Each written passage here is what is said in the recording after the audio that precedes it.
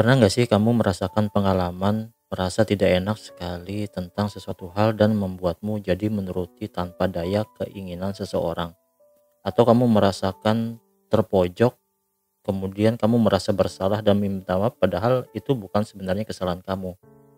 Kalau iya, mungkin kamu sedang merasakan namanya pengalaman emosional blackmail.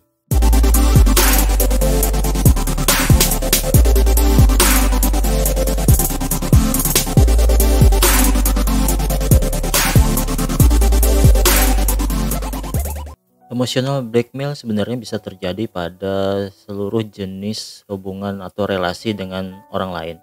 Contohnya seperti atasan kepada bawahan atau hubungan suami istri atau hubungan orang tua dan anak, persahabatan atau dengan pasangan lainnya. Intinya adalah kamu merasa takut, tidak enak atau khawatir ketika keinginan orang tersebut tidak dapat kamu lakukan atau kamu laksanakan. Contohnya seperti misalnya kalau pasanganmu sering banget melakukan ancaman, misalnya kalau ada ribut, aku bakalan bunuh diri kalau kamu ninggalin aku. Atau hubungan orang tua dan anak, misalnya kalau kamu tidak mau menuruti nanti ibu akan jadi sengsara, terus kamu yang nanti yang akan bertanggung jawab. Atau dalam beberapa kasus, misalnya ada oknum pendidik yang mengancam kalau kamu tidak menuruti keinginan saya nilaimu akan jelek. Atau bahkan ada kasus tokoh spiritual oknum yang mengancam misalnya murid-muridnya, apabila kamu tidak memenuhi apa yang saya inginkan berarti imanmu belum mantap dan belum bisa mendapatkan ilmu dari saya. Hal-hal seperti itu membuat kita memang tidak enak hati untuk tidak menuruti apa yang diinginkan oleh mereka. Makanya emotional blackmail memang termasuk salah satu kategori toxic relationship. Artinya hidup kita menjadi tidak tenang karena dikendalikan oleh orang lain dengan sebab-sebab ancaman dan sebagainya. Emotional blackmail seringkali juga disebut sebagai pemerasan emosional. Adalah tindakan manipulasi psikologis yang dilakukan oleh seseorang dengan memanfaatkan perasaan untuk mengendalikan orang lain agar mengikuti keinginannya atau bersikap patuh. Pelaku emotional blackmail seringkali mempermainkan 3 aspek psikologis dari korban-korbannya, dikenal dengan istilah FOG, fear atau rasa takut yang dipermainkannya, obligation atau istilahnya kewajiban, dan guilty, rasa bersalah yang dialami oleh korbannya. Manipulasi rasa takut, bentuk serangannya secara langsung melalui ancaman. Si pelaku bertujuan menakut-nakuti kamu dan membayangkan kalau hidupmu akan lebih buruk dan sial jika tidak menuruti permintaannya. Contoh dari manipulasi rasa takut adalah, hidupmu akan sengsara tanpa aku.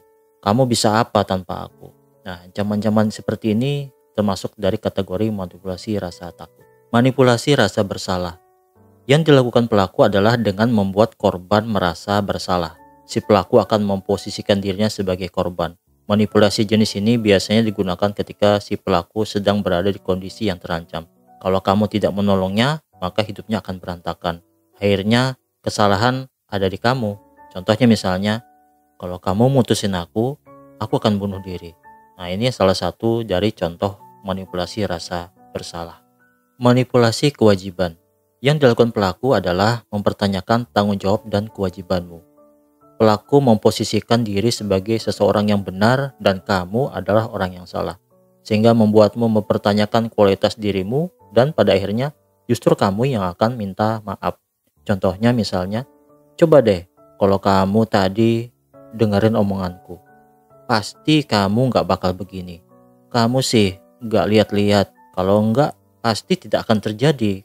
Untuk menangkal emotional blackmail, lakukan metode seperti ini, yaitu dengan 3 cara dengan singkatan SOS: Stop, Observe, dan Strategy. Stop. Jangan buru-buru mengambil keputusan atau langsung menuruti kemauan pelaku si manipulatif.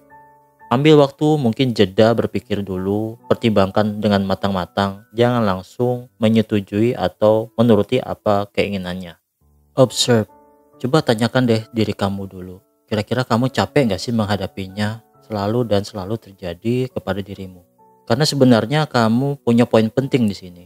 Kamu berhak menentukan pilihan dan membuat keputusan apa yang paling tepat dan kamu butuhkan untuk dirimu sendiri. Strategi.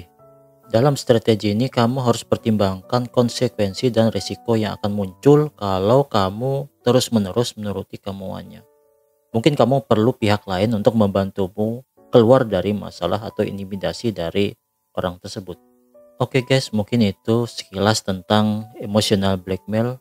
Yang kamu perlu garis bawahi adalah kamu harus membuat batasan pribadi dirimu, dan jangan lupa kamu juga punya hak-hak yang harus kamu perhatikan dan jangan kamu abaikan. Terima kasih. Sampai jumpa lagi.